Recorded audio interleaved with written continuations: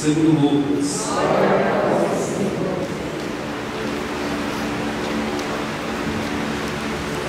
Muitas pessoas já tentaram escrever a história dos acontecimentos que se realizaram entre nós, como nos foram transmitidos por aqueles que desde o princípio foram testemunhas oculares e ministros da palavra. Assim sendo, após fazer um estudo cuidadoso de tudo que aconteceu desde o princípio, também eu decidi escrever de modo ordenado para ti, excelentíssimo Teófilo. Deste modo, poderás verificar a solidez dos ensinamentos que recebeste.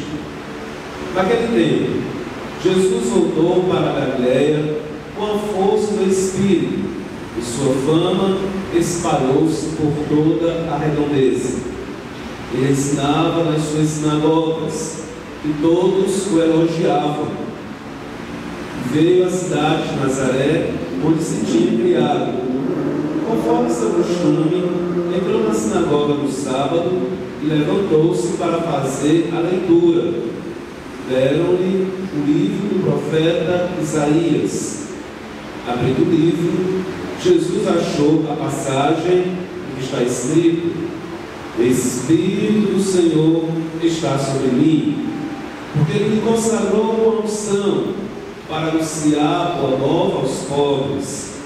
Enviou-me para proclamar a libertação dos cativos e aos cegos a recuperação da vista, para libertar os oprimidos e para proclamar o ano da graça do Senhor. Depois fechou o livro, entregou-o ao ajudante e sentou-se. Todos os que estavam na sinagoga tinham os olhos fixos nele. Então começou a dizer-lhes: hoje se cumpriu esta passagem da Escritura que acabaste de ouvir. Palavra da salvação.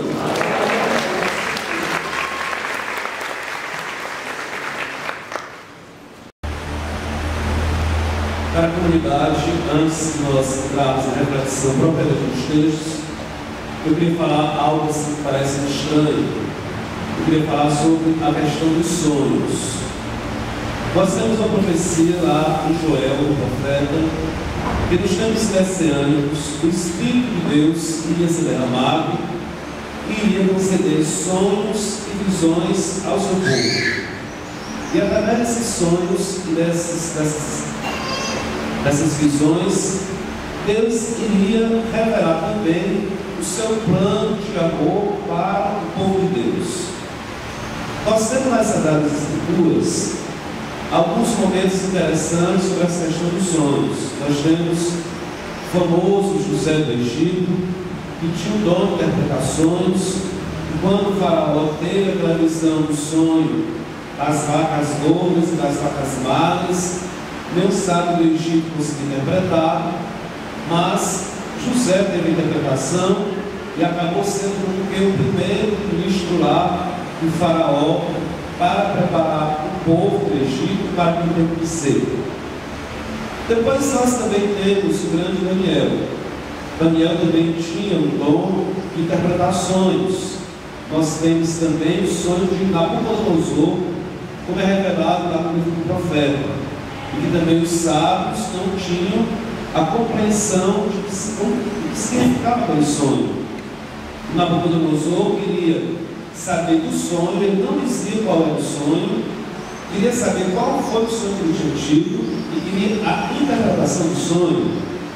Os sábios disseram que era impossível interpretar o sonho sem saber o sonho, mas Nabucodonosor acabou mandando matar os seus sábios porque não disseram para ele qual era o sonho que ele tinha tido. E Daniel teve a graça, uma revelação em oração de qual era o sonho, qual era o significado daquela estátua que ele tinha visto de cabeça de cobre, depois tronco de ferro, as pernas de barro, os pés de barro, e Daniel deu a interpretação do sonho. Então nós temos dentro das Sagradas Escrituras algo muito estranho sobre os sonhos.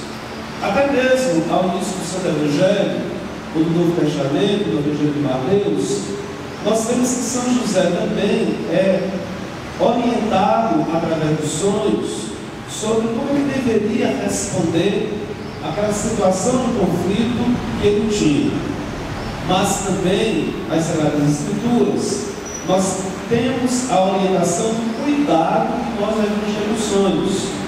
Não é porque a gente tem qualquer sonho que a gente vai considerar que aquilo ali seja algo especial ou divino. No século passado, houve um estudioso, que foi o Freud, pai da psicanálise, que estudou os sonhos. E ele disse que os sonhos, passando mais para o lado da ciência, eram elaborações que nós tínhamos no dia a dia. Nós tínhamos coisas que nós víamos na nossa vida e aquilo era reelaborado quando nós estávamos dormindo. Ou então mesmo da nossa história. Quantas vezes nós sonhamos coisas que são do nosso passado, que não são mais do nosso presente, mas que ainda estão marcando o nosso consciente. Mas Freud, lá na visão da leitura que ele tinha sobre os sonhos, era apenas uma manifestação nossa interna. Não tinha nada, vamos dizer, de surpreendente ou sobrenatural. Nós temos também o lado dos hindus, o lado das religiões da Índia, muita intenção de tentar compreender o que aqueles sonhos estão dizendo ou não dizendo, mas não uma perspectiva que nós podemos, claro, dizer da revelação, porque eles nem, muitos dessas religiões, acolhem de fato a palavra de Deus e o mistério de Jesus Cristo. Então, quando nós temos esta profecia de Joel, que fala sobre a possibilidade de nós termos visões e sonhos, é caso também a gente ter um pouco de atenção sobre se de fato nós não somos orientados na nossa vida, de uma forma ou de outra, até mesmo quando nós estamos em repouso. Um jovem, há uns 2 anos, eu acredito, me procurou e me contou um sonho que eu achei bastante interessante. Eu já tenho escutado muita história dos sonhos aqui na paróquia, mas esse sonho me chamou muita atenção e espero que sirva também para vocês. Ele disse que morava aqui nesse bairro, saiu, e quando ele chegava na rua onde ele tinha morado, tinha um lado da rua que estava uma treva profunda, e parecia que tinha lá nessa rua uns bichos que pareciam os demônios. Ele olhava para o lado da casa que ele morou, e a casa estava cheia de luz. E ao lado dessa casa, ele disse que viu um anjo. Ele disse que viu um anjo, se não me engano não tinha asa, ele estava muito bem detalhe, tinha as sandálias de couro.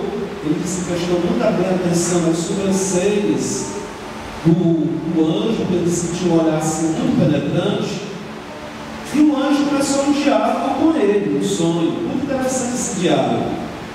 E o anjo começou a orientar, a dizer o seguinte: não basta rezar um terço para se salvar. Aí ele ficou um pouquinho, achou estranho aquela palavra. Aí ele disse assim: você está vendo alguma coisa negativa em sua volta? Ele dizia que não, pois pise em cima daquela pedra. Quando esse jovem pisava em cima lá uma pedra do sonho, disse que a pedra se transformava, o demônio ia embora. E o anjo disse o seguinte: você está andando aqui e não está vendo o mal, mas o mal está aqui. Mas você está protegido pela oração de outras pessoas que rezam por você. E muitas vezes você está numa situação que o mal está presente, você não está vendo, mas a oração de pessoas que rezam por você lhe protege. Mas isto não é suficiente para você salvar.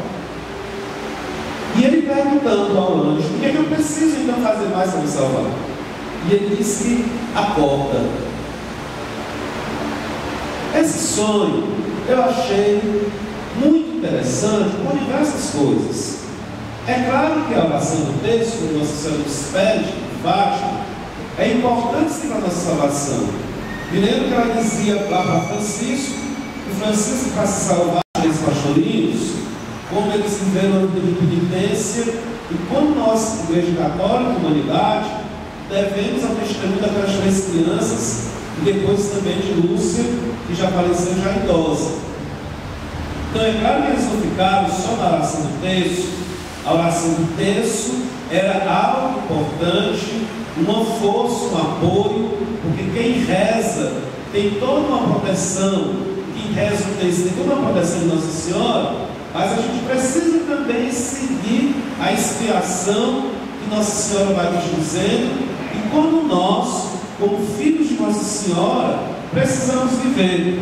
Então não adianta a gente rezar o texto e depois ir fazer coisas que não são dos filhos de Deus e dos filhos de Nossa Senhora e achar que vai ficar tudo muito bem e tudo maravilhoso. E às vezes nós andamos em lugares que nós achamos que não tem problema nenhum, mas o mal está ali presente, pronto para quando nós cairmos, nos envolver. E a gente pode dizer, não tem problema nenhum não, está tudo tranquilo, está tudo muito bonito. Isso às vezes acontece porque nós não temos de fato aquela vida espiritual que nós deveríamos ter para ver o problema que está inserido lá naquele local. Bom, no final do ano passado, quem eu tive um sonho que chamou muita atenção, parte de até quando você estudar na igreja. Eu estava passando numa rua, tinha um grande buraco, e tinha um personagem de lado desse buraco. Eu achei estranho o sonho daquele personagem de lado daquele buraco, e fiz o sinal da cruz em direção àquele personagem. E eu comecei a ver que aquele personagem era uma coisa estranha. E eu comecei a fazer diversos sinais da cruz em direção àquele personagem. O personagem começou a pegar fogo. Começou a pegar fogo e virou as mãos na minha direção, mandando fogo para mim. Eu vi que aquilo não era fogo de Deus. E eu comecei a fazer oração e eu comecei a ver muita gente caindo naquele buraco. Uma multidão de gente. E eu comecei a me sentir arrastado para ser engolido para aquele buraco. Eu pedi a intercessão de São Miguel. No meu sonho, particularmente, primeiro, eu não senti que São Miguel me respondia. E eu senti que estava sendo engolido pelo buraco. E recorri a Nossa Senhora. Quando eu recorri a Nossa Senhora, não vi no Senhor Nossa Senhora, mas quando eu recorri a Nossa Senhora, eu senti que aquelas pessoas que estavam caindo no buraco, estavam saindo do buraco. O buraco acabou sendo tampado por cimento e ninguém mais caiu naquele buraco. E eu acordei. Eu acordei pensando em muitas coisas sobre esse sonho, vai ter um sonho estranho. Mas o que me veio muito assim no sonho foi que a minha fé, ou a nossa fé em Nossa Senhora, era muito importante para que a gente não caia nos buracos da vida. Mas também, eu tive um sonho muito estranho. Eu tive um sonho muito estranho. Estava fugindo, não sei porquê. Parecia que tinha um helicóptero atrás de mim. Esse helicóptero fez chover uma chuva de gente morta atrás de mim. Vários mortos caíram atrás de mim. Eu fiquei apavorado com uma multidão de gente morta. E eu senti que aquele negócio ia cair sobre mim. Quando me deparo com uma gruta, com uma fenda de uma rocha, e eu vou para debaixo da fenda da rocha. Quando me coloco debaixo da fenda da rocha, veio um mar de pedra enterrar esse buraco. Tem três entradas nessa caverna. Um buraco é completamente fechado pelas pedras, o outro também é soterrado, e fica apenas um pequeno túnel que essas pedras não conseguiram fechar, e uma luz que vinha desse túnel. Para eu poder sair desse túnel, eu vou e acordo. Quando eu acordei, eu achei muito ruim que no sonho, eu de fato não me lembro se eu saí daquele buraco. Mas eu fiquei profundamente pensativo sobre esse sonho. Uma multidão de mortos caindo sobre mim. Aí me veio assim, às vezes, gente, eu rezei para essa multidão de mortos para que não ficassem mortos e pudessem viver. Mas me veio assim, às vezes a gente vê uma multidão de gente fazendo o que é errado e a gente pensa que é normal, que é certo, porque está todo mundo fazendo aquilo. Por que eu também não posso fazer? Por que eu também não posso fazer esse pecado? Se já está todo mundo fazendo esse tipo de coisa, não é possível que Deus vá jogar no inferno ou que essas pessoas todas vão se perder, porque é uma multidão de gente que está fazendo errado. Aí o que me veio no sonho é que infelizmente existe uma multidão de pessoas vivas, mas mortas. Existe, gente, uma multidão de pessoas que estão vivas, mas que estão mortas pelo pecado mortal. Vive cometendo pecado mortal em cima de pecado mortal e acha que fica tudo maravilhoso, que está todo mundo fazendo. Até toma o pecado mortal como uma coisa correta, quando depois também eu pensei naquelas pedras. Eu pensei que aquelas pedras eram as formas de pensar que vem sobre a gente, que a gente acaba engolindo e que acaba soterrando a gente no pecado e no buraco. A gente vai se levando por tantas formas de pensar que vai aprisionando a gente. Em vez de levar a gente para a liberdade, a gente acaba se tornando, de fato, pessoas cativas. Por isso que eu rezei hoje esse texto do Evangelho, que o Senhor me enviou para proclamar a libertação dos cativos. Eu pensando e refletindo sobre o sonho, eu pensei nas minhas misérias, nos meus pecados, e também que eu preciso ir nesse túnel de luz, lutar pela minha salvação, lutar para alcançar de fato essa luz de Deus, porque não venhamos e convenhamos, não é porque eu seja padre, que já esteja salvo. Eu, assim como vocês também, estou batalhando e procurando pela minha salvação, e vejo que dentro dessa busca, dessa luta, existe uma luta espiritual que a gente tem que enfrentar para buscar de fato ser agradável a Deus e não tomar a treva por luz e a luz por treva. Mas Jesus Cristo diz aqui hoje no Evangelho que Ele veio para libertar os cativos. Eu particularmente fico muito feliz, porque ao escutar esta palavra do Senhor, eu sinto que mesmo no sonho, eu não estando lá fora do buraco, eu sinto que o Cristo nessa palavra me liberta. Eu sinto que o Senhor vem ao encontro das minhas prisões e vem me fazer uma pessoa nova. E Ele me dá esperança, sim, que eu não vou ficar sufocado, abafado, enterrado dentro de buraco de pedra. Mas quantas e quantas pessoas nós podemos dizer que estão prisioneiras, não é de uma prisão, de uma penitenciária do PPO ou do IPPS, seja lá do que for.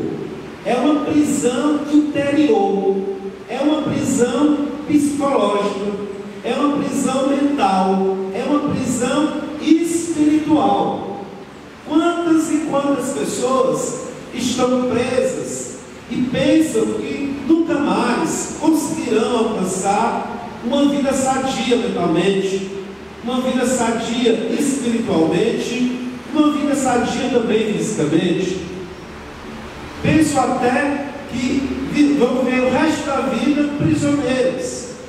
Então, o texto do Evangelho, para mim, é como aquele túnel daquela caverna que vai se abrindo e que vai dizendo para cada um de nós: por maior que seja a minha, a sua, a nossa prisão,